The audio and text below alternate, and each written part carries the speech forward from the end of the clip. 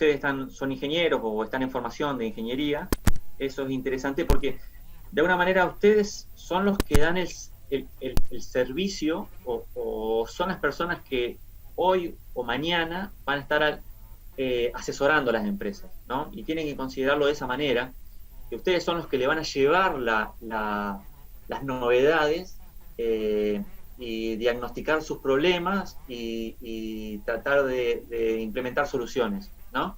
Entonces, hay todo un proceso de gestión de eficiencia energética. Yo, en la información que acompañaba la charla, había un PDF que yo lo vuelvo a levantar ahora acá en la presentación. Para el que no lo vio, después lo puede buscar en invitación o me lo puede pedir y se lo puede enviar, que habla un poco de este tema, ¿no? Pero ahora lo vamos a ir desarrollando. Arrancamos por lo que es la parte esencial, o sea, adquirir productos eficientes no necesariamente es tener eficiencia energética, ¿no? A lo que voy.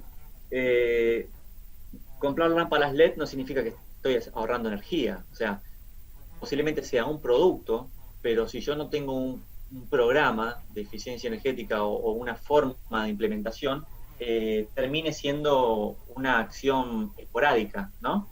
Es por eso que es interesante hacer acciones planificadas, ¿no? Y una acción planificada nos da lo que es la gestión de eficiencia energética, ¿no? Es como un círculo, después lo vamos desarrollando, ¿no? en el transcurso de la charla, pero es un círculo que nosotros vamos todo el tiempo, es una rueda que va girando y que nos permite hacer una gestión eficaz de la energía, ¿no? Tenemos 3 pilares importantes para destacar en lo que es la gestión eficaz de la energía, ¿no? Y cuando hablo de la energía, no estoy hablando de la energía eléctrica solamente. Es bueno que seamos amplios en esto y podemos estar hablando de energía térmica, ¿no? Energía en otros aspectos, ¿no? No solamente la eléctrica. Energía, o sea, distintos enfoques de la forma de energía, ¿no? Una parte es la gestión, ¿no? Un pilar importante en lo que es la gestión en sí de la energía. ¿Cómo lo llevamos adelante? Bueno, es teniendo una referencia de lo que tenemos, o sea, nosotros nos presentamos en una empresa y no podemos, o sea, es la parte que el médico hace el diagnóstico, vieron que el médico antes de diagnosticar hace un análisis, no, dice, sentate en la camilla, pone el estetoscopio, escucha el corazón, escucha los pulmones, ¿no? Y esa etapa es la etapa de conocimiento, que llamamos conocimiento de casa, o sea, conocer al detalle lo que está en una empresa, o sea, uno tiene que adentrarse en una empresa cuando uno lleva adelante un proceso de gestión y indagar y levantar toda la información posible, ¿no? Después puede optar por modelos de gestión, fíjense, la ISO 50001 habla muy bien de lo que es la gestión de eficiencia, ¿no? Pero eso también es ya más papeleo, ¿no? Pero es importante tener un conocimiento pleno de lo que es el parque instalado o las aplicaciones, los motores, las potencias, ¿no? De un sistema o de una empresa, ¿no? Después, a la parte de lo que es el desempeño, cómo todo ese parque instalado, cómo se desempeña, y es cómo podemos hacerlo eficiente a todo eso que está instalado, ¿no? Entonces, ahí es donde vemos lo que son las oportunidades que se van a dar en optimizando las aplicaciones, ¿no? Y es muy importante el análisis de resultados, porque todo proceso que nosotros llevemos adelante de querer cambiarlo para ser más eficiente, va a estar ligado de una inversión y esa inversión va a buscar rápidamente un retorno. Entonces, si volvemos para atrás la película, antes de entrar a la empresa a hacer todo esto, tenemos que haber convencido al dueño que realmente es eficiente, ¿entiendes? Entonces, en algunos casos yo al final de esto le voy a presentar una herramienta que les permite hacer una simulación de lo que es la parte de retorno.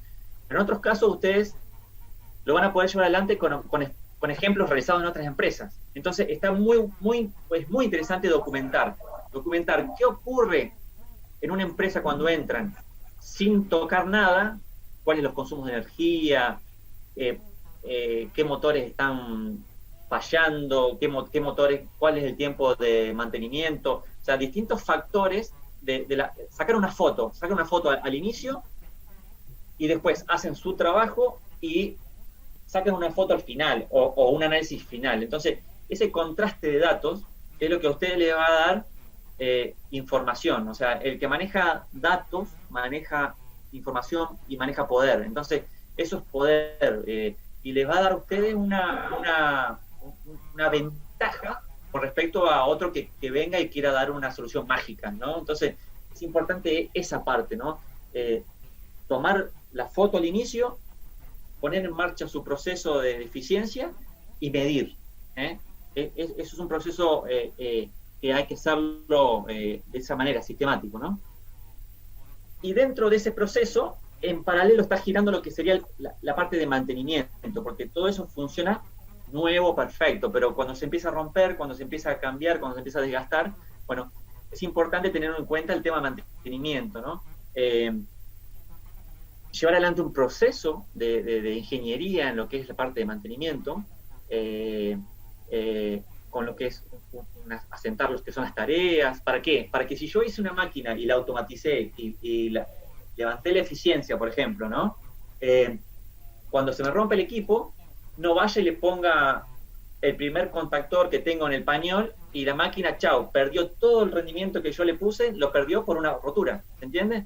Entonces, hay que pensar también en lo que es el mantenimiento de la máquina para que ante cualquier falla mantenga las condiciones de alta eficiencia, ¿no?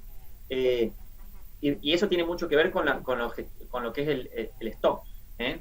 Por ejemplo, si hablamos de motores de alto rendimiento, yo a una máquina le pongo un motor de alto rendimiento y el motor se daña y voy al stock y tengo un motor rebobinado con 3 bobinadas, por ejemplo, ¿de qué sirve todo el análisis que yo hice previamente si cuando le estoy poniendo un motor que está rebobinado 3 veces y que el rendimiento le cayó 15%, ¿se entiende? Entonces, esos 3 pilares tienen que estar balanceados y me dan a mí un control eficaz de la gestión de eficiencia energética, ¿no? Bien, eso es todo muy lindo en los papeles, ¿no? Para una presentación queda muy lindo, queda bárbaro, o sea, parece que uno domina el tema cuando lo explica, pero lo importante es cómo bajarlo a tierra y que el cliente o la empresa entienda que nosotros tenemos la capacidad de bajar a tierra ese concepto, ¿no?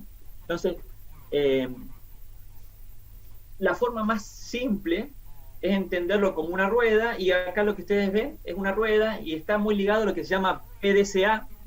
PDCA es un término muy utilizado, es Plan, Do, Check, Action, ¿no? De inglés, que es planificar, hacer,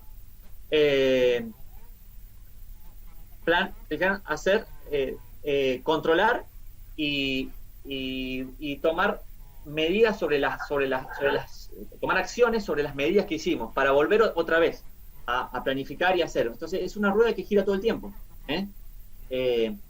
Ese proceso, que se llama PDCA, es un proceso que lo van a ver en todos los procesos productivos.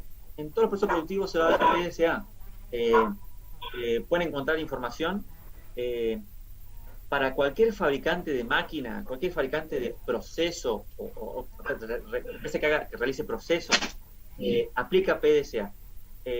Lo puede aplicar de manera intuitiva o lo puede aplicar de manera sistemática, ¿no? Entiendo que si estamos en ingeniería tendríamos que hacerlo de manera sistemática, y se dice que el tiempo que tarda en planificar es tiempo que se gana en el funcionamiento. O sea, mientras más tiempo tardemos en planificar, es muy probable que mejor salgan las cosas, ¿no? En Argentina tenemos, la pyme argentina tiene la característica de estar golpeada por las situaciones económicas, los vaivenes, ¿no? Y cuando uno habla con un empresario, una pyme, ¿no? Y le dice, bueno, ¿y cómo están trabajando ustedes? ¿Qué planificación tienen? y te dicen, no, ¿qué vas a planificar en Argentina? ¿Qué puedes planificar? Si acá el dólar tenés un día una cosa y al día siguiente tenés otra. Eso no está bien que venga de parte de una pyme. Eh, porque culpa siempre podemos echarle o sea, excusas se encuentran siempre vamos a encontrar excusas para todo lo que nosotros queremos hacer, siempre hay una excusa que va a salir y nos va a caer chanta para justificar nuestros problemas o nuestros errores, ¿no? Pero, eh, por ejemplo, yo les comento un detalle de BEC. Nosotros trabajamos con una planificación, nosotros, por ejemplo, yo estoy en la parte comercial de BEC, ¿no? Vengo a la parte técnica ligado a la parte comercial de producto. Nosotros en agosto, por ejemplo, del año 2019, tenemos que planificar cuáles son las ventas al cierre del año 2020, al final 2020. Ustedes dirán, bueno, la erraron al ángulo con todo lo que hayan querido planificar en esta etapa por el coronavirus y por todo lo que vino, ¿no?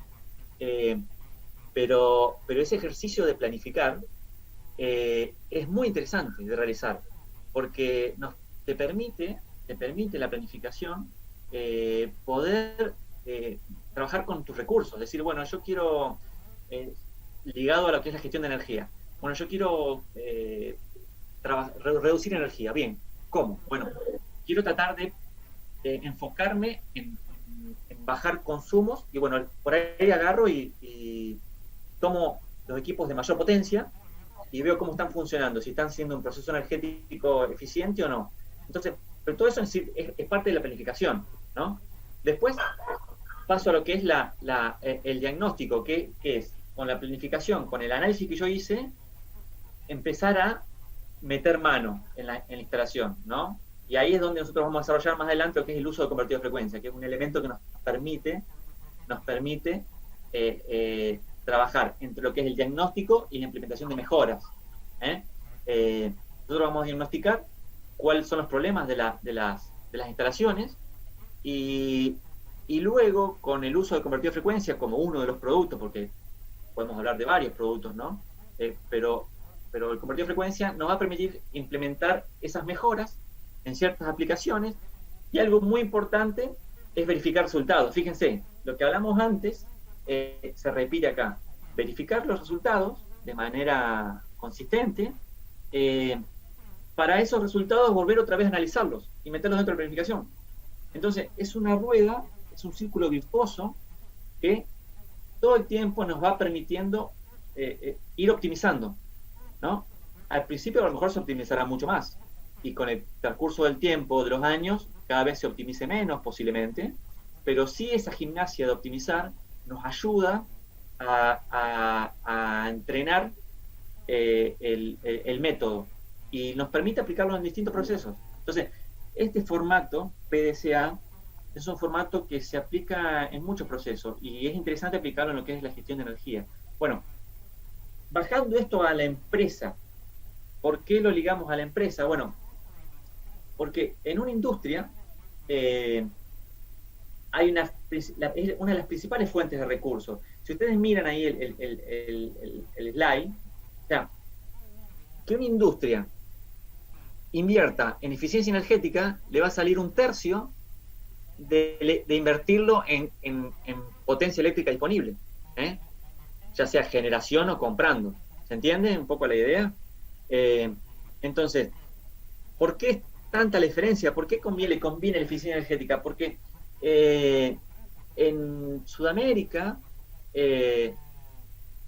estamos hablando de que hay muchas instalaciones en donde están sobredimensionadas, la mayoría, porque hay un criterio implícito de sobredimensionar para que funcione mejor, para que no se rompa, y a veces se sobredimensiona lo sobredimensionado. Entonces, tenemos máquinas que están operando al 30% de la eficiencia, de la potencia real que podrían estar operando, ¿no?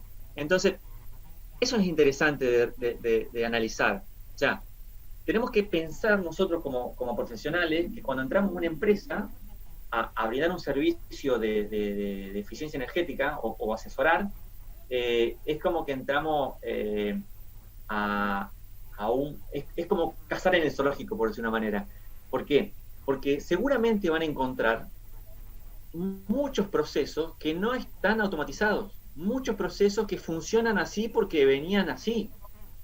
Eh, hay, una, hay, una, hay un comentario que es interesante, es culinario el tema. En una familia, el padre le pregunta a la esposa por qué le cortaba las puntas al peseto, ¿no? Servía el peseto y por qué le cortaba las puntas. Y la señora le dice, yo corto las puntas porque mi abuela lo hacía así, mi abuela lo hace así, le corta las puntas. Y históricamente siempre hemos comido así en casa de mi abuela. Y bueno, le preguntan a la abuela, ¿por qué cortaba el peseto? Y yo lo cortaba porque la bandeja con que yo lo tenía no me entraba el peseto grande, entonces lo cortaba para que me entre el peseto, ¿se entiende? O sea, hay recetas, parece una boludez lo que digo, pero hay recetas que se vienen arrastrando de generación en generación, ya no da más, ya no permite más este análisis, ¿no? O sea, hay que llevar adelante un análisis de ingeniería y, y este momento que estamos viviendo, que venimos atravesando en los últimos años, requiere de este desarrollo, ¿no? ¿Por qué le pegamos a la industria y en dónde van, por qué le pegamos al motor eléctrico? Le pegamos al motor eléctrico porque en una industria el motor eléctrico es uno de los elementos que más energía consume. ¿Eh? Fíjense, si yo pongo un plan de ahorro de energía en lámparas, va a ser muy bonito, muy vistoso. Voy a poner lámparas LED en toda la empresa, pero no le estoy pegando a lo que realmente consume más energía, ¿no? Sin duda que trabajando en el motor eléctrico voy a tener un mejor impacto en el ahorro de energía. Bueno, ¿cómo trabajamos con los motores? Bueno, los motores instalados, ¿no? Con los motores instalados, acá desprende otro tipo de charlas que no la vamos a dar ahora, ¿no? Pero se le hago una introducción, que es la sustitución de motores. Tenemos motores viejos, de un rendimiento muy bajo, por motores de alto rendimiento. Eso es un proceso que se está dando en muchas empresas, ¿no? Como comentario, yo en la zona donde estoy, es la zona de Piamontese, ¿no? Acá en San Francisco, y en todos estos cálculos, con el costo de la energía creciente a partir de 2016, que yo comentaba recién, que la energía tomó mayor valor, cambiar un motor era beneficioso, no esperando a que se queme, sino en pleno funcionamiento. O sea, yo tenía un motor en funcionamiento y lo cambiaba por un motor de alto rendimiento, y esa inversión que yo hacía de comprar un motor nuevo, por el costo de la energía, retorna en un par de meses, o sea, un par de meses, estamos 1 año y medio, 2 años como máximo, ¿no? Lo que significa que yo puedo agarrar un motor en funcionamiento y reemplazarlo por otro motor nuevo. ¿Te imaginas psicológicamente lo que es en una zona de Piemonteses, donde acá se usa todo al máximo, al extremo, y se rebobinan 3, 4 veces? A un industrial decirle, saca el motor que está funcionando por un motor nuevo, bueno, eso, ustedes están con esa barrera ante la industria. O sea, la primera barrera es no gastar. La primera es no gastar. ¿Por qué gastar en algo que está funcionando? Lo más probable es que en muchos casos lo que está funcionando tiene un funcionamiento deficiente y están perdiendo energía a lo pavote, ¿no? Lo que pasa es que la energía eléctrica, las pérdidas no las ven, porque si hay un tanque de agua que pierde, ven el chorro de agua, pero en un motor no van a ver que pierde energía, ¿no? Entonces, en lo que es el parque instalado, hay un segmento donde hay que pegar, que es la parte de sustitución de motores. La otra parte es la reducción o el redimensionamiento de motores. Yo les decía recién que hay muchos motores que están sobredimensionados. Entonces, es analizar cuáles son las potencias de chapa de los motores, cuál es la potencia en el eje, cuál es el funcionamiento de los motores. Entonces, ustedes se van a ir dando cuenta de que es necesario en muchos casos redimensionar los motores. Y en muchos casos ponen un motor más chico que funciona a una corriente nominal a una corriente más cerca a la nominal, no tan vacío, y la máquina funciona igual. ¿Se entiende? Esa es otra etapa de lo que es la parte de puesta en marcha de este plan de eficiencia, ¿no? Y por último, ya entrando un poco en la automatización de procesos, es donde viene el convertido de frecuencia, ¿no? Que es parte de la charla que juntamos como tema principal, ¿no? El uso de convertido de frecuencia Bueno, acá, este es un ejemplo, antes de entrar al convertidor de frecuencia, este es un ejemplo, fíjense, este lo muestro siempre porque este es el motor que está funcionando, ¿no? Este motor tiene 3, 4 capas de pintura y es un motor que a la mano está frío, pero es posiblemente que adentro la temperatura esté tan alta que el bobinado está casi al punto de quemarse, recalentado, y el rendimiento está tan bajo, que pierde mucha energía. ¿eh? Entonces, es muy probable que ustedes entren en muchas industrias y vean estos motores instalados. Y no es descabellado pensar en reemplazarlos por motores nuevos. Solo que ahí hay formas de hacer esas análisis. En B tenemos, bueno, otras empresas también lo tienen, software que ayudan. ¿Cómo atacamos un motor de estas características? O entramos en una empresa con 200 motores, por ejemplo. ¿A dónde atacamos? Bueno, yo les recomendaría que ataquen a los motores que están con más tiempo de utilización, ¿no? Y de mayor potencia. De ahí empiezan para abajo, porque en realidad tienen que buscar los motores que más energía consumen. Mientras más energía consume el motor, más rápido se va a apagar. Ese sería como concepto para entender a dónde apuntar un reemplazo de motores por alto rendimiento, ¿no? Si ustedes piensan en motor de alto rendimiento, por ejemplo, para una arrocera, no es tan interesante, porque la arrocera se usan 3 meses al año el motor. Entonces, no es tan necesario poner motor de alto rendimiento. Si estamos hablando de un motor, de una oficina transportadora en el puerto de Rosario, por ejemplo, que es un motor que está funcionando prácticamente todo el día, bueno, ahí posiblemente es donde convenga entrar a pensar en motor de alto rendimiento. Pero bueno, no es tema de esta charla, solamente le hago la introducción para que lo tengan en cuenta, ¿no? Yendo al convertidor de frecuencia, ¿qué nos brinda el convertidor de frecuencia con respecto a otros elementos? Al motor podemos arrancarlo de 4 maneras. La más básica es el arranque directo, que se hace con contactor.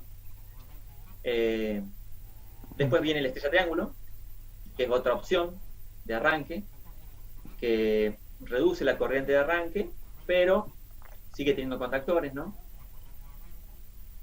Después viene lo que se llama arranque suave, que es un elemento electrónico, pero solamente lo arranca el motor. La velocidad es la velocidad de chapa del motor, no tiene forma de variar la velocidad. Y el más caro de todo es el convertidor de frecuencia. Destaco esto que es el más caro, porque es otra barrera que ustedes tienen que saltar. No siempre lo más caro es lo menos beneficioso, ¿no? Entonces, el convertidor de frecuencia derriba esa barrera de lo que es el costo del producto, ¿no? A modo tal de que hay una tendencia a nivel mundial de que los motores se usen con convertidor de frecuencia. Vemos nosotros que en Europa, Estados Unidos, la tendencia es que muchos fabricantes de máquinas ya instalen convertidor de frecuencia en las máquinas, donde antes ponían contactores, ¿no? Por ejemplo, en el mercado local, ustedes si tienen un motor monofásico, ya los convertidores de frecuencia vienen en alimentación monofásica, y permiten trabajar con motores trifásicos, ¿no? Pero a lo que voy, ya la cuestión económica está del lado del convertidor, porque si ustedes hablan de un motor monofásico, más un guardamotor, más 2 contactores de inversión de marcha del motor, si suman todo eso contra un variador de velocidad y un motor trifásico, están casi al mismo precio. Entonces, esa cuestión económica ya está jugando a favor del convertidor de frecuencia. Hace 15 años atrás, un convertidor de frecuencia costaba 7, 8 veces lo que costaba el motor, más o menos. Llegó a estar 10 veces. Hoy el convertidor de frecuencia cuesta el doble del motor, más o menos, de 2 a 2 veces y media. A lo que voy, el costo del motor, del convertidor de frecuencia, viene bajando con el tiempo. Entonces hace que cada vez sea más dinámica la instalación, que sea más popular. Otro concepto interesante del convertido de frecuencia es que nos permite esto en cuanto a la tecnología que tiene involucrada, que es la misma que tiene de alguna manera el desarrollo de un celular. O sea, la tecnología no solamente está en los celulares y en la computadora, o sea, también está en los convertidos de frecuencia, no sé si entienden ese concepto. Nos permiten hoy lo que es el flujo de datos de información, y un convertido de frecuencia nos permite saber la velocidad, la corriente, la potencia, mucha información, muchos datos que nos sirven para poder analizar la aplicación y después hacer reingeniería de esos datos, ¿entiendes? Por eso es que es importante que lo que el convertido de frecuencia nos da. Otra cosa interesante, el convertido de frecuencia cada vez más lo tenemos en nuestras casas. Lo podemos ver presente en el portón del garage, en el lavarropa, lo podemos ver en el aire acondicionado, en la bomba de agua, ¿se entienden? Se está popularizando de tal manera el convertido de frecuencia que hasta incluso está en nuestra casa, no solamente es un producto de la industria, ¿no? Por eso que esas son las características importantes del convertido de frecuencia, y nosotros pensamos como empresa que para los próximos 5 o tal vez 10 años va a ser el único elemento de arranque de un motor, porque tiene muchas características sobresalientes con respecto a las anteriores. Eso es lo que voy a comentar ahora, ¿no? ¿Cómo van con la introducción? Esto es una idea son temas que se desarrollan con mucho más tiempo, con más detalle, ¿no? Vamos haciendo una pequeña introducción y vamos entrando en lo que es la parte técnica del convertidor. Cualquiera que tenga duda, agarra, me para, pregunta y respondemos, ¿no? Por favor. Esto que ustedes ven en pantalla define al convertido de frecuencia y el funcionamiento total del convertido de frecuencia.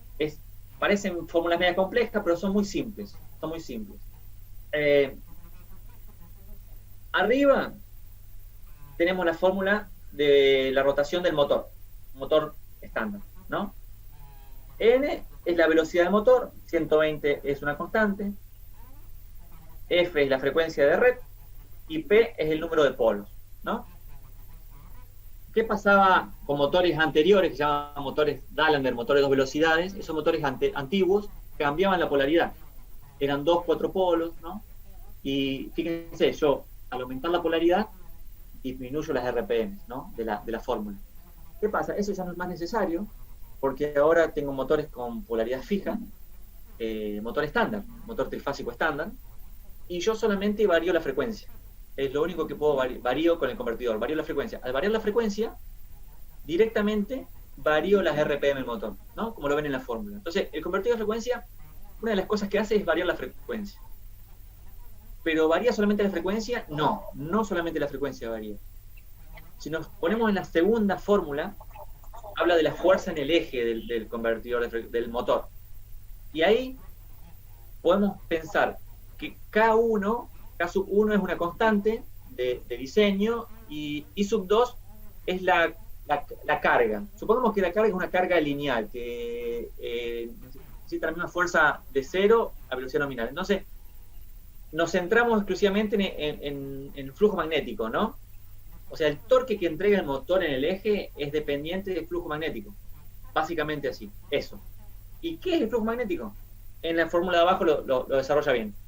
K2 es una constante de diseño, y el flujo magnético está relacionado a la tensión en el estator sobre la frecuencia en el estator. Entonces, ¿qué hace un convertidor de frecuencia? Que es la función principal del convertidor de frecuencia y por la cual se destaca sobre las otras. Varía la frecuencia, pero también varía la tensión, ¿no? Las varía a las dos de manera proporcional para que siempre el cociente de esas dos variables sea una constante. Entonces, si lo vemos en el gráfico siguiente, fíjense, tenemos tensión, frecuencia. El convertidor de frecuencia no solamente varía frecuencia, como ven acá abajo, ¿no?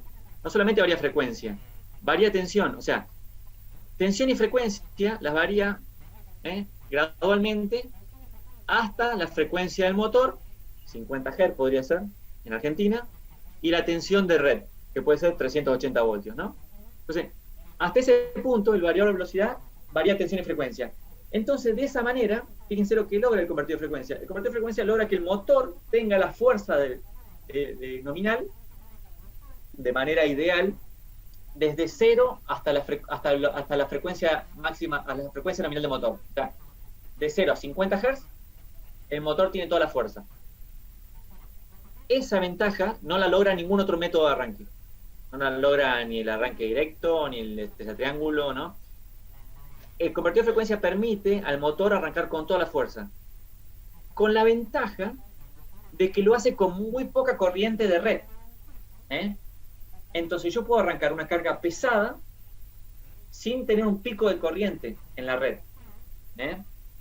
Por ejemplo, bombas de petróleo, la bomba A y B, la cigüeña, ¿no? La cigüeña se llama bomba A y B, aparato individual de bombeo. Anteriormente esas bombas funcionaban con arranque directo. ¿Por qué? Porque yo tenía que arrancar con arranque directo por la fuerza que hacía el motor para arrancarla en un arranque muy pesado, ¿no? Muy desbalanceado. Hoy eso se reemplazó por convertido de frecuencia. Se reemplaza por convertido de frecuencia, se logra el mismo arranque y con una corriente de arranque 5 veces menor. Entonces, para aplicaciones pesadas, el convertido de frecuencia ha sido una revolución. Por ejemplo, para lo que son los ascensores, también. Hoy, la mayoría de los convertidos de frecuencia se usan en ascensores. La mayoría de los ascensores tienen convertido de frecuencia. ¿Por qué? Porque pueden arrancar, tanto sea el ascensor vacío o el ascensor pesado, cargado a full, y tener lo que es la nivelación, ¿no? Y tener el control. Estamos hablando acá que si el convertidor de frecuencia varía la frecuencia, varía las RPM, ¿no? Entonces, de esa manera, el convertidor de frecuencia lo que hace es acelerar hasta la frecuencia nominal, pero puede variar la frecuencia nominal. Puede estar por debajo de la frecuencia nominal o por arriba, ¿no? Entonces, esto es lo que ustedes ven acá. Fíjense, este es el torque nominal del motor hasta la frecuencia de red. Es donde mayormente se usan los convertidores de frecuencia. Son muy pocas las aplicaciones en donde a un motor de 50 Hz le pongo 60 Hz, o 70 Hz, o 100 Hz. Son muy pocas las aplicaciones, ¿no? Pero normalmente se usa para esto. Y si ustedes ven acá, esta línea de puntos, habla de que yo puedo bajar la velocidad del motor hasta prácticamente cero, sacarle toda la corriente, solamente que el problema que yo me encuentro en esa zona es que el ventilador que viene acoplado en el motor no tiene la velocidad suficiente para refrigerarlo. ¿Se entiende? Entonces, si yo tengo un motor de ese estilo que tiene estándar, tengo que cuidar de que mi carga en bajas vueltas no consuma mucha corriente. Porque si consume mucha corriente, posiblemente tenga que ponerle una ventilación forzada. ¿Se entiende? Pero eso es entrar en un detalle muy técnico de uso de convertido de frecuencia. Volviendo a la presentación anterior, acá voy a hacer un detalle de por qué el convertido de frecuencia es una máquina de ahorrar energía. Porque si lo vinculamos, por ejemplo, a una bomba de agua que está controlando presión, supongamos que en vez de estar el motor a máxima velocidad y una válvula regulando la salida, el convertidor de frecuencia puede estar a la mitad de la velocidad, lo que sería este punto, la mitad de la frecuencia, ¿no? Y aplicando la mitad de la tensión en el bobinado. Si aplica la mitad de la tensión al bobinado, supongamos que la corriente sea la máxima, ya de entrada tengo la mitad de la potencia, ¿no? La potencia consumida de la red, ¿se entiende? Entonces, mientras mi aplicación yo la use con convertido de frecuencia y trabaje en esta zona, más voy a ahorrar energía. Ténganlo como concepto general, porque si ustedes van a poner un convertido de frecuencia en una bomba que gira siempre a la velocidad al 100%, no le pongan convertido de frecuencia, no va a servir. Pongan un arranque directo y chao, no va a tener ahorro. Siempre que ustedes trabajen en esta zona, van a tener mejor rendimiento. ¿Qué pasa? Ahí tienen que empezar a buscar esas aplicaciones que funcionan en esa zona, ¿no? Que hay muchas en el mercado. Hay muchas aplicaciones que están en el mercado que hoy por hoy funcionan de manera discreta. Que tienen un contactor y un presostato de alta y de baja, por ejemplo. Un compresor de aire, ¿no? Entonces,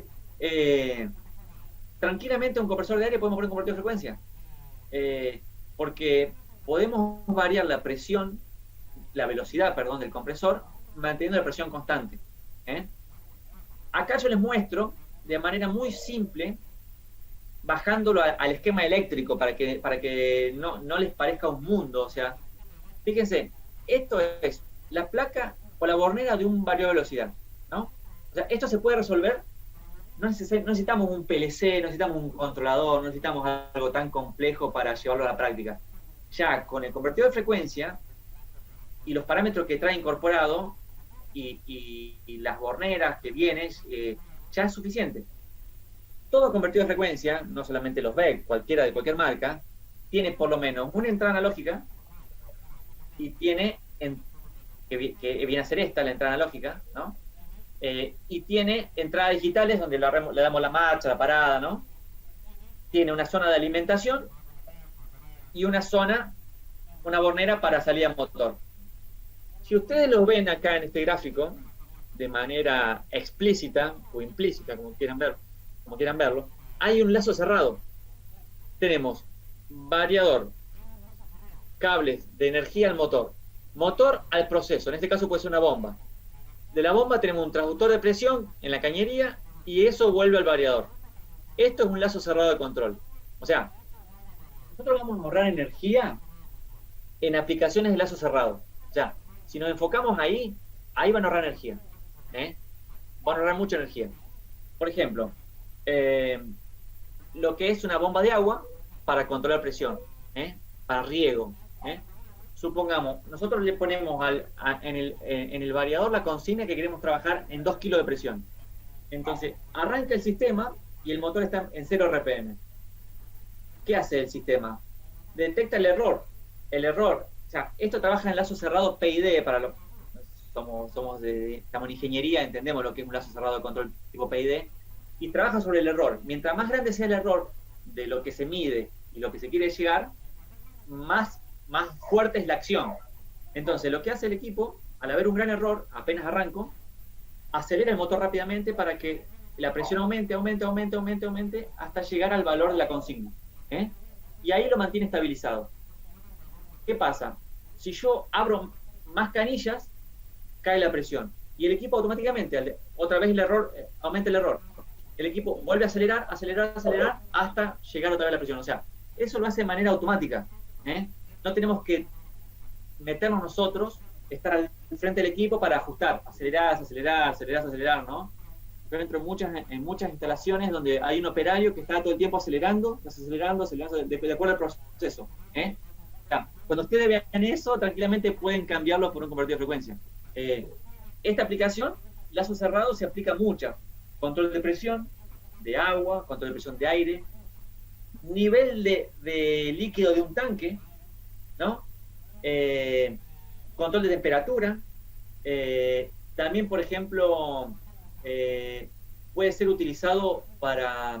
Ustedes tienen un molino, por ejemplo, tienen un molino que tiene un motor de 100 HP. Entonces, el molino tiene un motor de 100 HP y tiene un alimentador, el molino, que tiene un motor de 2 HP, ¿no? Entonces, ustedes pensando, ¿y a dónde va el variador? ¿A dónde pongo el variador? ¿En el motor de 100? ¿En qué parte?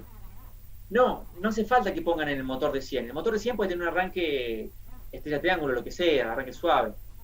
Solamente me interesa a mí saber del motor del molino la corriente, la que consume.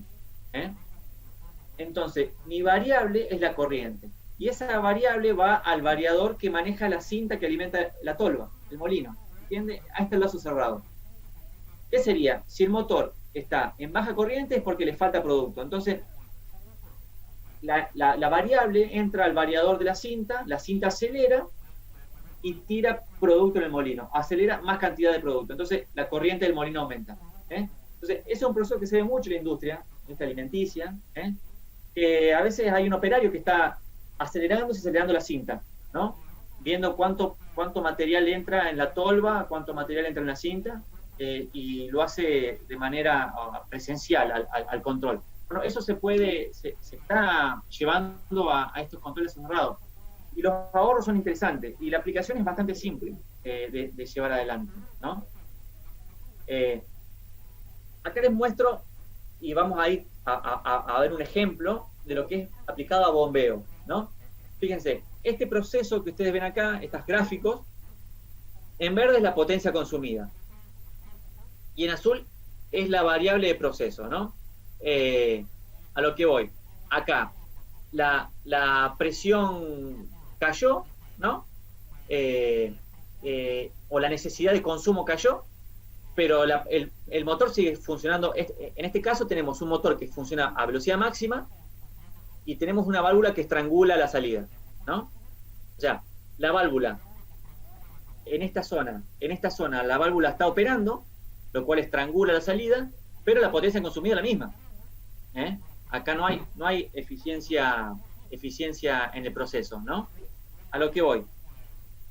Con el convertidor de frecuencia, lo que se logra es esto. Fíjense, aplicando un convertidor de frecuencia al motor, logramos que si baja mi proceso, también baje mi consumo de energía, ¿no? Y esa economía de energía es la que a nosotros nos interesa.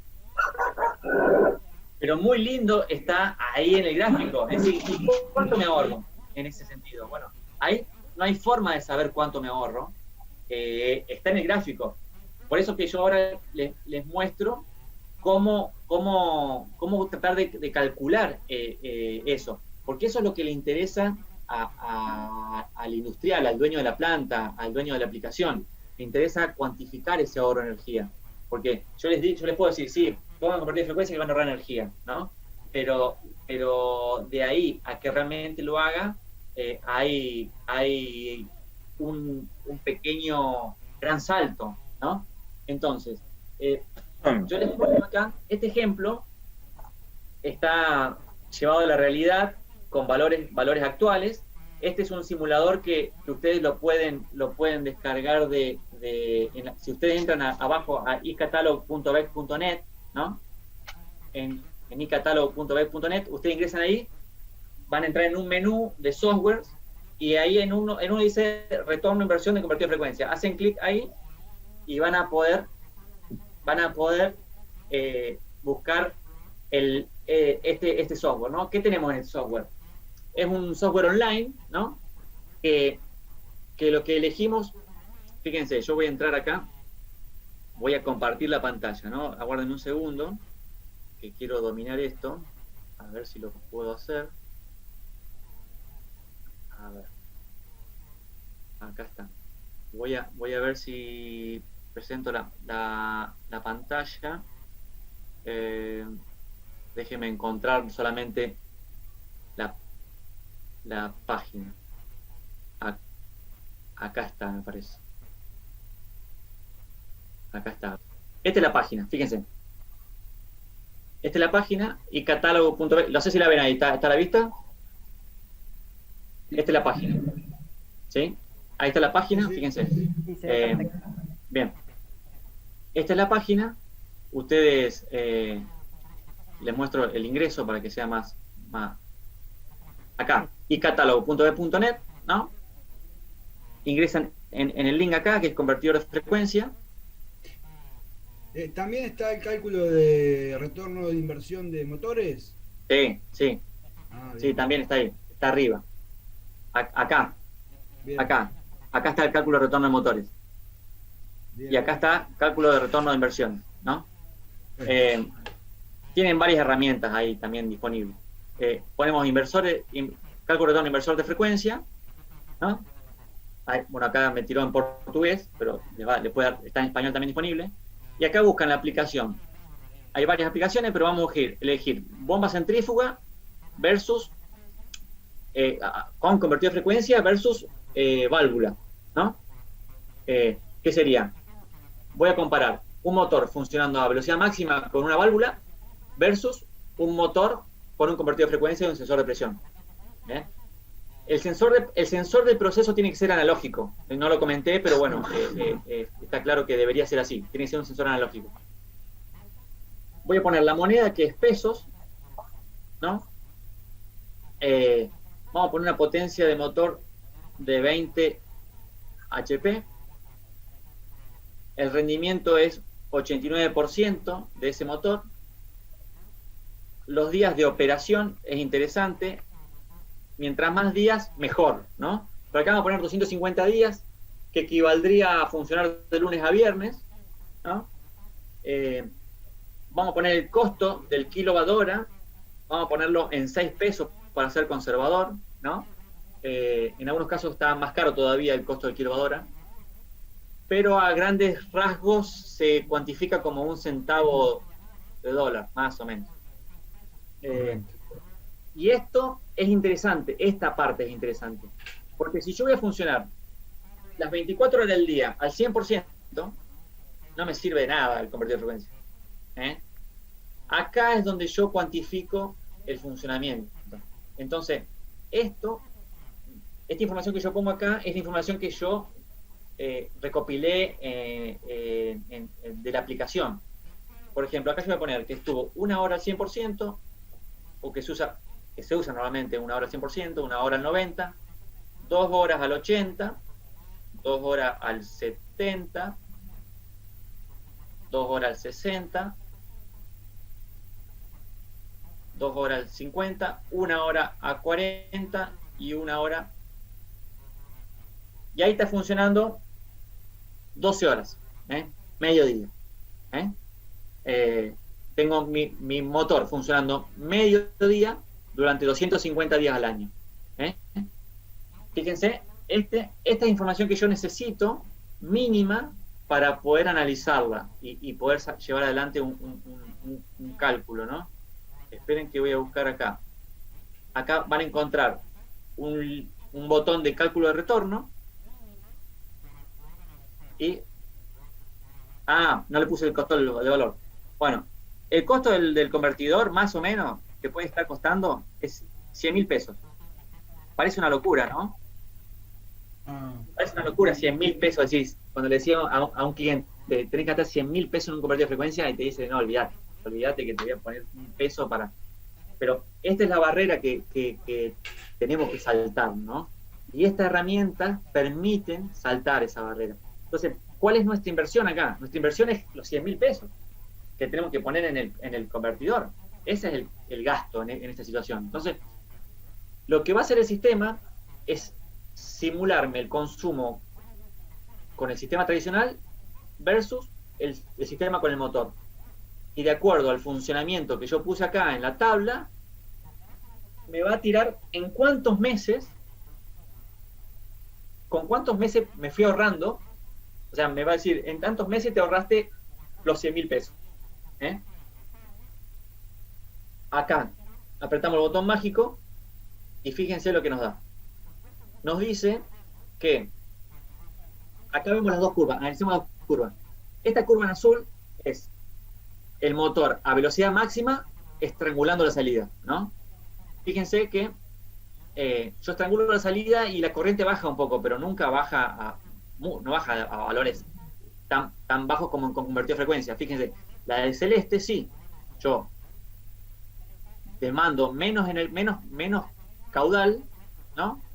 Y el equipo consume menos energía. Entonces, esta diferencia, mientras más diferencia haya acá, mejor para el uso convertidor. Entonces, ¿qué me dice este análisis? Me dice que en 12 meses yo me estoy ahorrando 100.000 pesos de energía. ¿Está? O sea, en 12 meses me ahorré la plata del convertidor de frecuencia. Del mes 13 en adelante me empiezo a ganar plata. Eso es interesante de que ustedes lo puedan llevar a la práctica. Y bueno, hay muchos ejemplos. O sea, acá estamos pegándole solamente a la parte económica. Ligado a esto viene todo lo que es la parte ¿cómo puedo decir? Esta es la parte financiera, pero ligado a esto también está toda la parte de mantenimiento, ¿no? Acá está el mismo ejemplo, fíjense, el mismo ejemplo de recién que yo les mostré.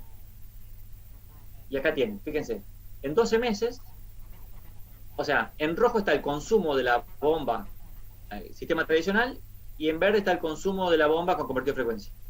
Esta diferencia de consumo es la que a mí me permite ahorrar dinero, ¿no? este es un aspecto, capaz que es más interesante en la previa, cuando uno le dice a un cliente, bueno, tenés que invertir 100.000 pesos, pero bueno, en 12 meses la vas a amortizar. Posiblemente sea la puerta de entrada, ¿no? de esta modificación.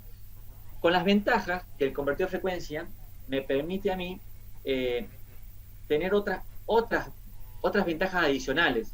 Y depende mucho de la aplicación. Fíjense, acá yo quise comentar algunas. Por ejemplo, nosotros vimos recién el sistema de bombeo, ¿no?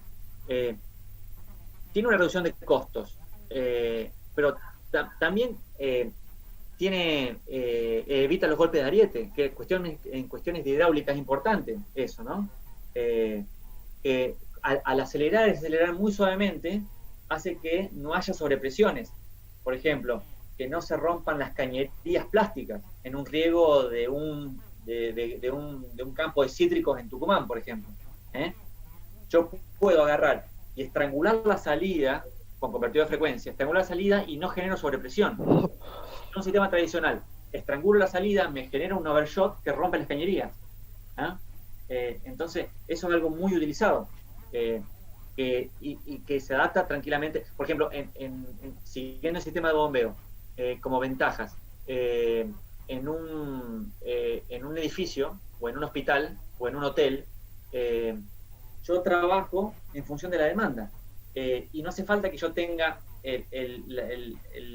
la cisterna arriba y que entregue agua por gravedad, sino que tengo la cisterna abajo y presurizo la cañería. Lo cual estructuralmente es un beneficio para en la parte de diseño, no tener un tanque inmenso arriba y capaz que me gane un piso más, ¿no? ¿Se entiende? En las otras ventajas que permite usar un convertido de frecuencia en bombeo, en lo que es todo el enfriamiento, por ejemplo. Sí, escucho. En lo que es filtro de mangas, nosotros utilizamos filtros de mangas. Sí. ¿Lo usan en el ventilador del filtro de mangas? Claro.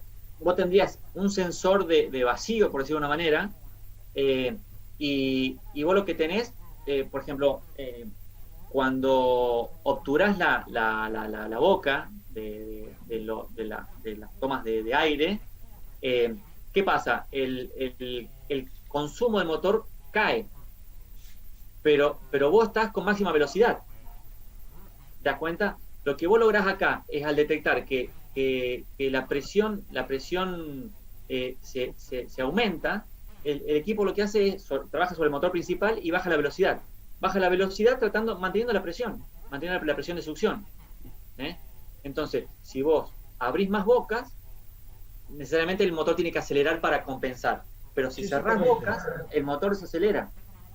Entonces, ahí tenés ahorros interesantísimos en energía, ¿no? En torres de enfriamiento, por ejemplo, se pone un arranque directo en la torre, en el motor de la torre, y la torre está marchando, y en verano y en invierno marcha a la misma velocidad. Y a veces el agua está helada, y no hace falta que ni arranque la torre. Y es energía que se pierde, y se pierde, y se pierde, y se pierde, y no se ve o no se escucha porque está allá arriba en la torre. Entonces, si le pones un sensor de temperatura al motor de la torre, lo que vas a lograr es que el motor de la torre funcione solamente cuando la temperatura está en cierto nivel. Entonces vas a tener un ahorro de energía muy significativo. En silos de grano, por ejemplo, el ahorro parece una locura, 70%, ¿no? Pero hecho en los aireadores. Sí, los silos, exactamente, los aireadores para silos, sí. Yo los invito a ver, hay un video, se llama Silos Cocarí, hay un ejemplo en Beck, lo van a encontrar en YouTube, Silos Cocarí. Cocarí es un estudio que hizo Beck en Brasil. Se ahorran 70-80% de energía. ¿Por qué? Porque no mandan a airear los silos cronológicamente todos los días. Por más que, o sea, tiene una estación meteorológica que analiza la humedad y temperatura exterior. Y tiene una estación de temperatura interna. Tiene todo un mallado interno dentro del silo que hace un algoritmo de temperatura, ¿no? Entonces, ese sistema usa no un arranque directo, un variador de velocidad para los motores de aceleración, de aireación. Entonces, manda a secar el aire solamente si es necesario. Si llueve, por ejemplo, no lo manda a secar porque posiblemente lo humedezca. Y es más, lo que nos han comentado, por ejemplo, antes de entregarlo al grano, lo humedecen un poco para que sea un poco más pesado. ¿Se entiende las facetas que va logrando esto? Mientras más automatizamos, mejor vamos adaptándolo a nuestras necesidades. Y ahí la amortización del variador se recontrapagó, ¿no? En inyectores de plástico lo mismo, como la carga va variando, a veces en función del proceso, el motor acelera y desacelera en función de la velocidad de inyectado. Y son máquinas, la inyectora, por ejemplo, que arrancan y están un día o una semana inyectando, ¿no? Yo se los dejo al tema, y está bueno que cada uno por ahí, si tiene alguna duda puntual, lo vaya comentando y vamos respondiendo algunas preguntas, ¿no? Pero es interesante lo que se puede lograr con convertidor de frecuencia, pero no como, arrancando al slide del principio, no como un producto y yo lo pongo al motor y lo arranco y lo paro, no, así no va, o sea, así no va el convertidor de frecuencia, no le van a sacar provecho, básicamente. Sí, conociendo la máquina, conociendo el proceso, poniéndole algún sensor, Por ejemplo, otra aplicación, en ascensores, por ejemplo, los ascensores no tienen un sensor, porque no hay un sensor de altura ni nada por el estilo, pero ellos midieron que en ascensores se ahorra un 30% de energía, sistema de arranque con contactores versus sistema con convertidor de frecuencia. O sea, un consorcio en un edificio se ahorra un 30 o un 40% de energía usando convertidor de frecuencia. ¿Por qué? Porque el arranque y la parada las hace con picos de corriente mucho más suaves. Entonces, de esa manera se ahorra energía. O sea, no los picos de corriente de arranque directo.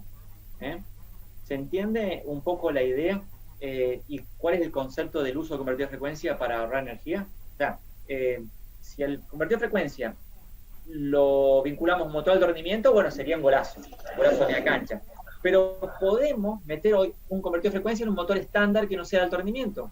Y fíjense que los porcentajes son altos de eficiencia que se pueden lograr, ¿no?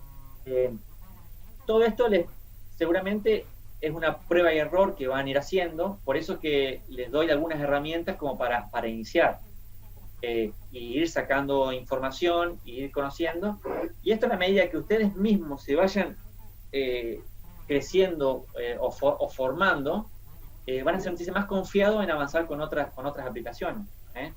No sé cómo lo ven, no sé si qué consulta le ha surgido de esto, o sea, cómo lo piensan, si piensan que es algo interesante o piensan que es algo que puede pasar desapercibido. Me gustaría escucharlos a ustedes en cuanto a sus comentarios. No, digamos, es realmente muy interesante. Lo que sí hay que tener en cuenta de todo esto, que hay que arrancar contando con los elementos de medición. Si no medimos, no.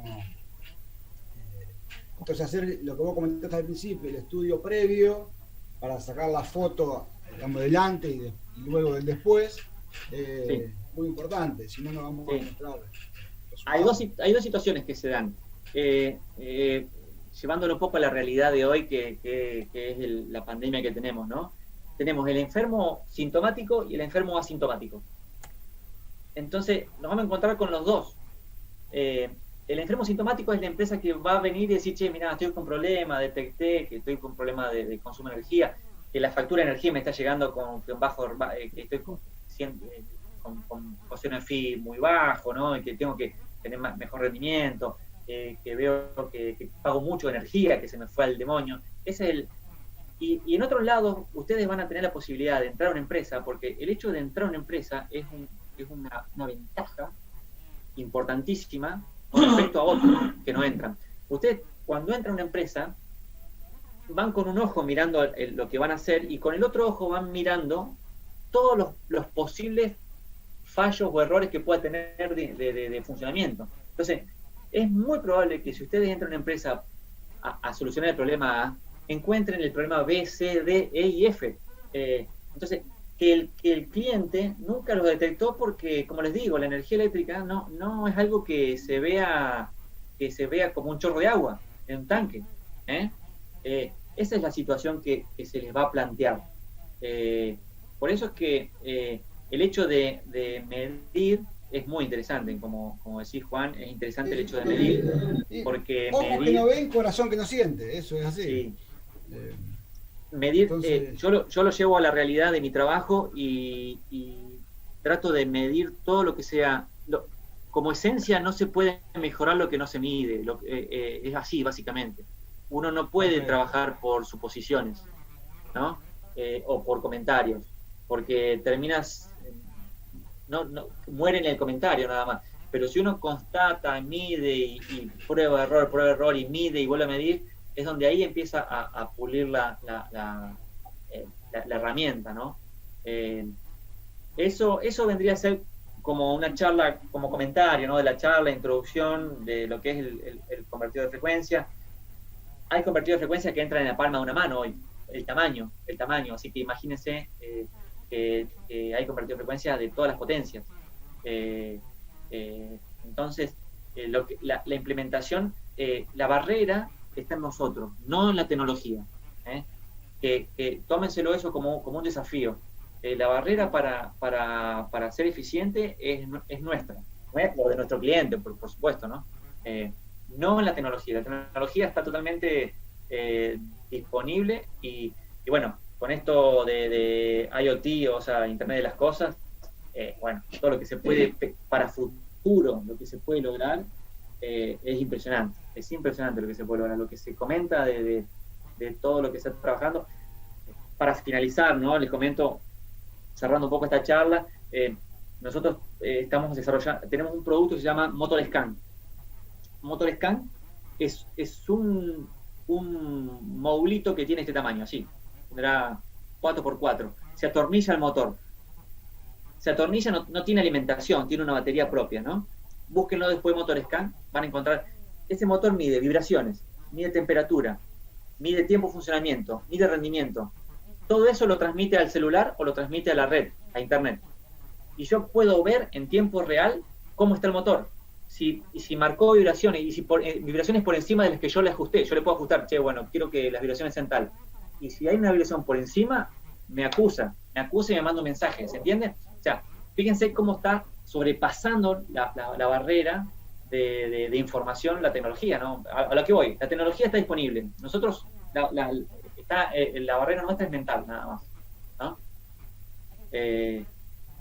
Me gustaría, si tienen una consulta, sí. César Pereira te habla.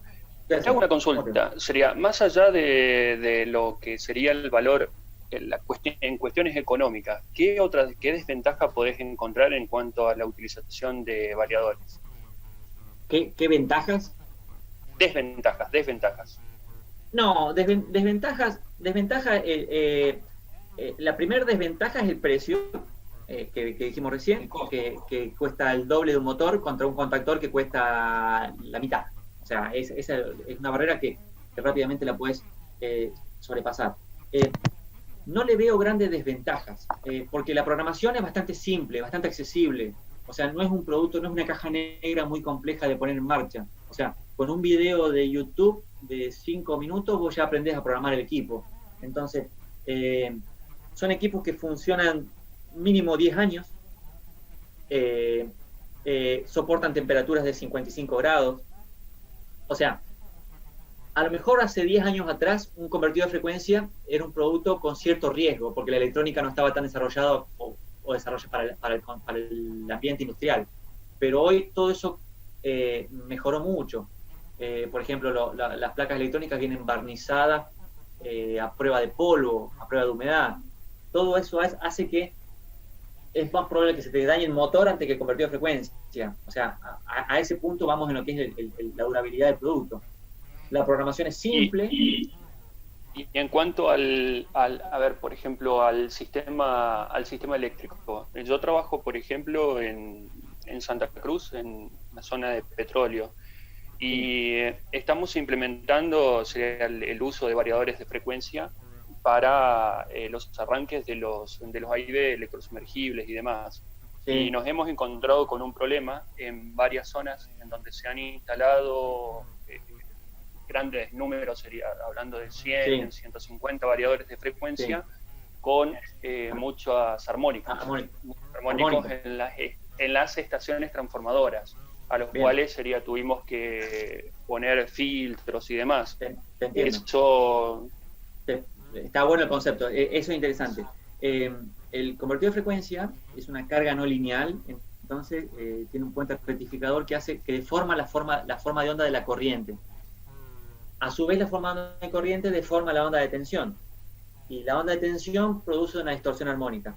Esa distorsión armónica, esa deformación de la onda de tensión, lo que genera es ruido eléctrico de baja frecuencia, ruido de 350 Hz y ruido de 450 Hz. No, de 250 Hz y 350 Hz, quinto y séptimo armónico, ¿no? Eso es el ruido armónico. ¿Qué pasa? En potencias importantes, arriba de 20 HP, por ejemplo, en el caso de Vega hablo, ¿no? Los equipos ya vienen con inductancias incorporadas, con filtros incorporados. Entonces, ¿qué hace? Atenúan todos esos ruidos armónicos. O sea, si vos vas a poner un variador que no tiene filtro, lo más probable es que tengas armónicos, y si pones muchos, vas a tener armónicos. ¿Cuál es el problema del armónico? El armónico lo que te hace es esa frecuencia de 250 Hz, de 150 Hz, termina calentando el trafo. Entonces te desclasifica el trafo.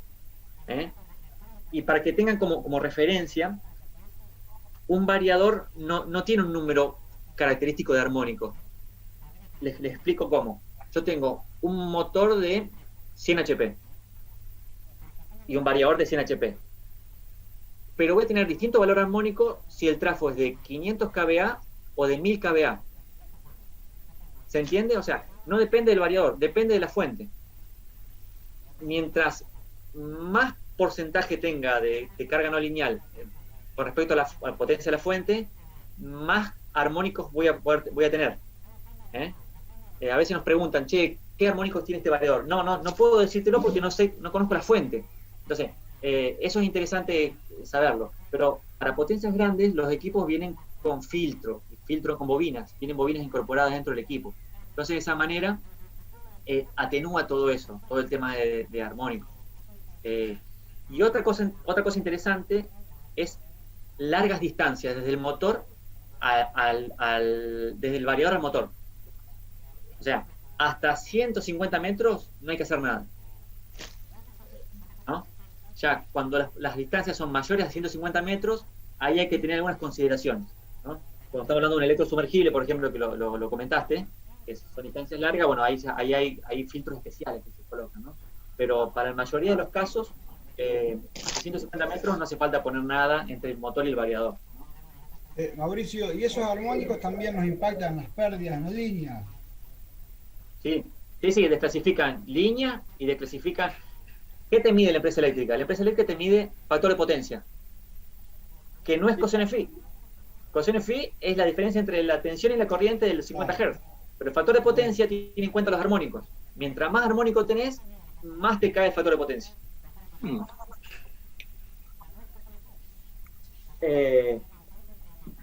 Eso para que tengan más o menos el concepto de convertir frecuencia. Cuando hablamos potencias bajas, un convertir frecuencia no genera ningún armónico, no afecta en absoluto. No afecta. Salvo puede afectar la radio AM. ¿Qué hacemos en esos casos? Le decimos que la busquen por internet a la radio.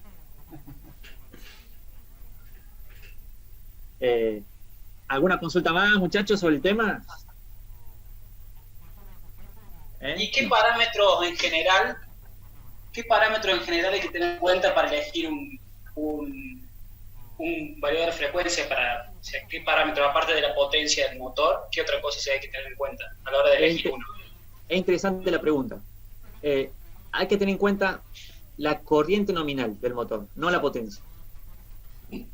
Si nosotros agarramos el catálogo del motor, vemos la corriente nominal y ahí vamos y buscamos el convertidor de frecuencia que dé la corriente del motor, que esté por encima, ¿no? Son muy pocos casos en los que tenemos que sobredimensionar, saltar un calibre, son muy pocos casos.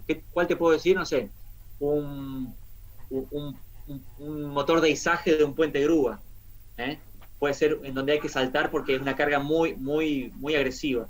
Pero en la mayoría de los casos no hace falta sobredimensionar.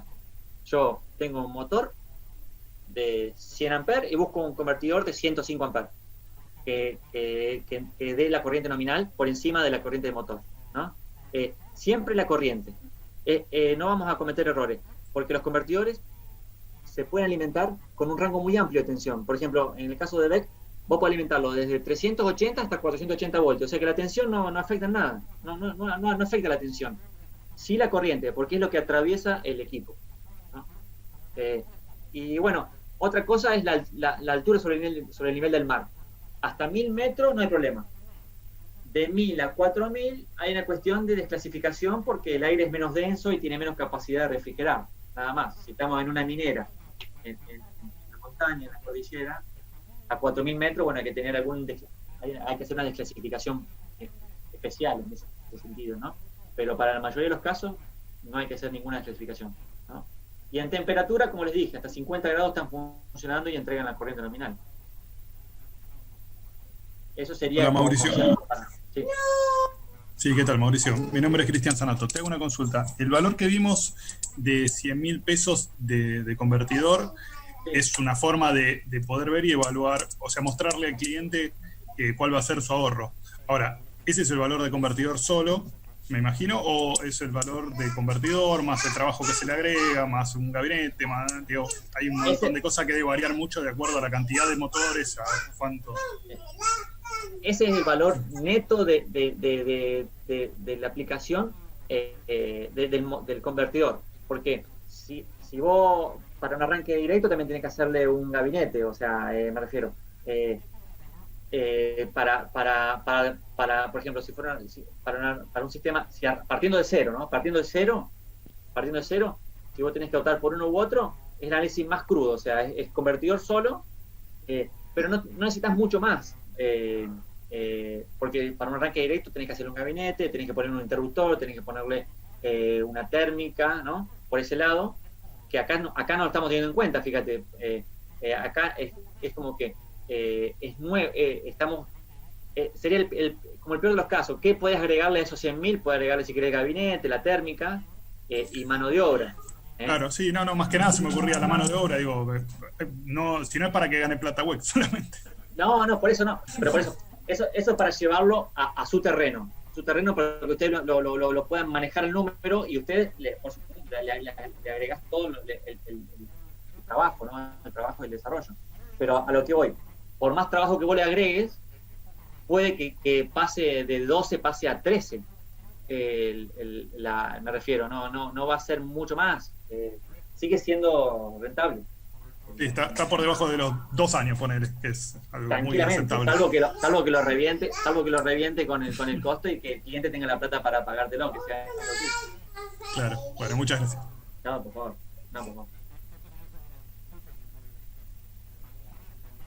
¿Alguno más tiene alguna duda, alguna consulta? Seguramente hay 1000 consultas, porque es así. A mí me pasa también, en las charlas me generan más dudas de las que inicio, ¿no? Pero bueno, es parte Mauricio, no sé si vos habrás visto el chat, había un muchacho que preguntaba, ahora no recuerdo bien, si venían con la función de corrección de coseno de phi incorporada. Ahora no lo veo en el chat. A ver, no estoy viendo el chat, Uh-huh. A ver, voy a salir de acá. No sé si lo respondiste eso. No estoy viendo el chat. No lo estoy viendo el chat. Sí, Cristian preguntó, dice, los convertidores de frecuencia también compensan el coseno de phi, el factor de potencia. Bueno, claro. Para la red, si uno pone un analizador de red a aguas arriba del convertidor de frecuencia, va a haber coseno de phi 1. Que es algo que explicamos más o menos, lo dimos recién. O sea, el coseno de phi es 1. Solamente que el factor de potencia es lo que realmente importa, que está relacionado a los armónicos, ¿no? Y si el equipo no tiene filtros, seguramente el factor de potencia va a ser bajo, 0,70. Y si el equipo tiene filtros, en el caso de BEC, por ejemplo, tienen filtros, en grandes potencias tiene filtro, está en 0,90, 0,95, 0,94, 0,93, dependiendo, ¿no? Esa es la compensación del factor de potencia. El tener filtro es una compensación. No sé si hay otra consulta más en el chat, porque no lo estoy viendo el chat. No, yo me he fijado y esa es la que me llamó más la atención a mí. Después han hecho otras consultas respecto al video, que obviamente después cuando terminemos la charla se los vamos a pasar, cuando se termine de cargar en la nube. Y muchos consultaron por la presentación, pero bueno, eso que después quedará en vos. Si... No, pueden tomar nota. Mi correo es mborsi. Lo pongo en el chat. Sí, ponelo en el chat. Poné mi correo ahí. Me pueden mandar un correo y yo les paso la presentación sin ningún problema. Porque de ahora en adelante usted, mborsi@bec.net. weg.net. Sí, .net. De ahora en más, no me pregunten más nada a mí porque ya les presenté en una hora y algo el tema, así que ya son especialistas ustedes, ¿no? Así que bueno, tienen la presentación para divulgarla. Bárbaro. Derecho de copyright. Solamente que me inviten a tomar una cerveza cuando esté por ahí. Bueno, muy bien. Nada más. Ya por lo menos de rectorado te debemos una cena, ya veremos cómo concretarla cuando toda esta pandemia... Sí, va a ser por teleconferencia. Eso es lo bueno de toda esta teleconferencia, que ya no tenés compromiso con los clientes de pagarle una cena, ¿viste? Ahora la excusa es no podemos estar frente a frente. Claro.